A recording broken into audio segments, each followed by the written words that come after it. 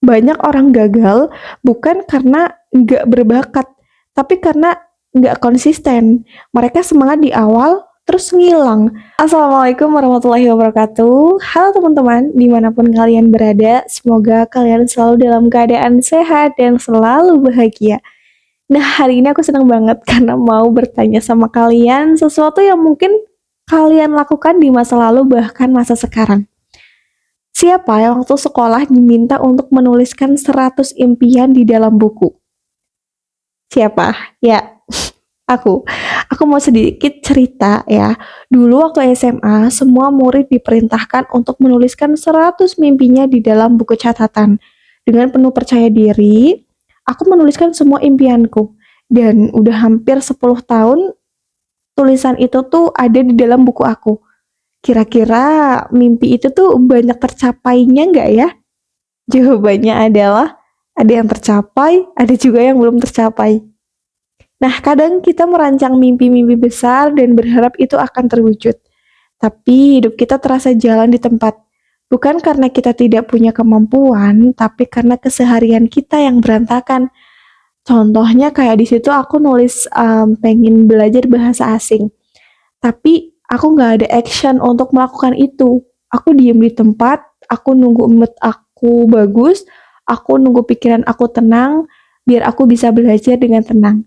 Dan pada akhirnya itu tidak akan terjadi karena aku nggak melangkah.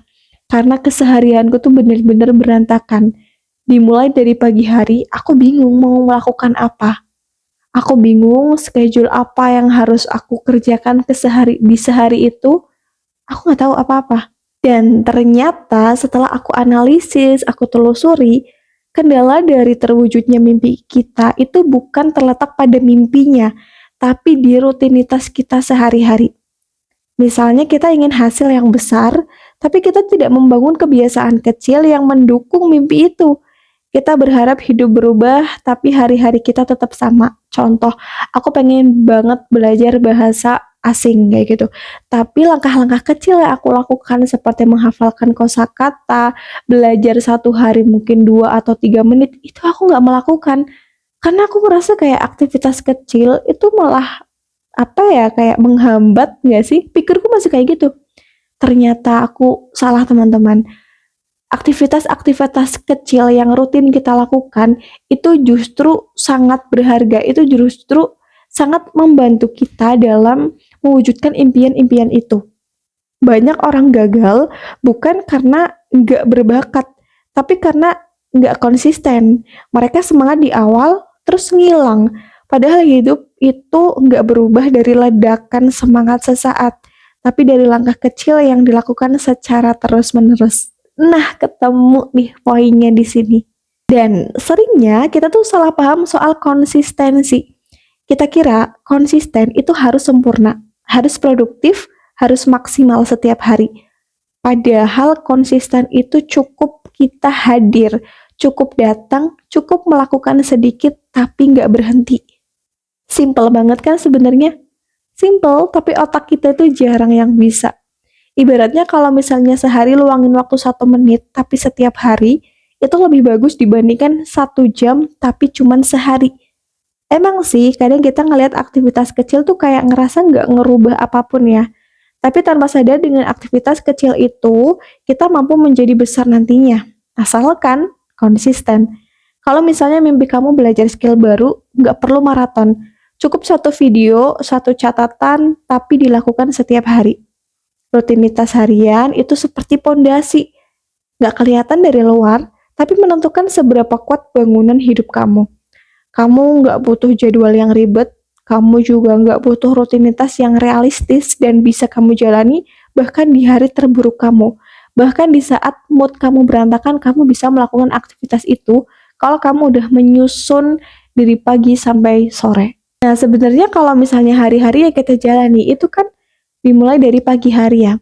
Pagi hari itu sangat menentukan arah hidup kita. Nggak perlu bangun super pagi, nggak perlu langsung produktif berat, cukup punya satu kebiasaan kecil yang berkaitan dengan mimpi kamu aja. Iya, satu aja. Misalnya kayak baca 1 halaman, nulis 1 paragraf, latihan 10 menit, itu kan kayak kecil ya, tapi konsisten kita lakukan setiap hari. Masalah terbesar adalah banyak orang, mereka itu nunggu mood. Padahal mood itu datang setelah kita bergerak, bukan sebelum kita bergerak. Kalau kamu menunggu semangat dulu, kamu akan jarang mulai. Tapi kalau misalnya kamu mulai meskipun malas, pelan-pelan semangat itu akan ikut. Tapi pertanyaannya nih teman-teman, kalau misalnya dipaksain, itu tuh malah beban nggak sih? Nah inilah sebenarnya tuh PR buat kita. Beban atau enggak, itu yang menentukan tuh diri kita. Maka ubahlah strategi aktivitas kamu menjadi sesuatu yang kamu sukai. Kemaslah, bungkuslah dengan sesuatu yang menarik. Supaya kamu nyaman dalam melakukannya. Rutinitas harian juga bukan soal memaksakan diri, tapi soal membuat hidup kamu lebih terarah. Dengan rutinitas harian, kamu nggak perlu berpikir terlalu banyak. Kamu ya udah tinggal jalanin aja.